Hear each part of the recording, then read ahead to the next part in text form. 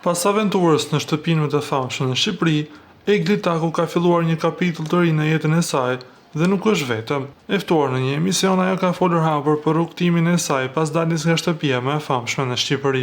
Teksa u shpreh se ka një raport të fortë me Gjesin, ajo theksoi se ai do të ruajë jetën private larg mediave, por nuk nguroi të dhurojë një puthje për të, duke treguar se ka një marrëdhënie të shkëlqyer. Me sa jam dhe unë në dijeni, Gjesti ka dhënë një intervistë para meje për këtë temë dhe ka cilësuar se jetën private do private dhe nuk dal dot kundër kësaj gjëje. Jemi okay, unë kam shumë ndjesi të mirë ndaj tij, kemi her pas here kontakt, kemi një lloj marrëdhënieje, e ke parasysh shtëpinë më të famshme? Ashtu është edhe jashtë, deklaroi Egli Taku ndër të tjera.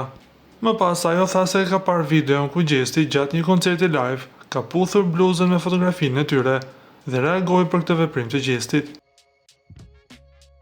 I dërgoi një puthje nga studio, ashtu siç veproi dhe ai, u shpreh ajo me buzëqeshje.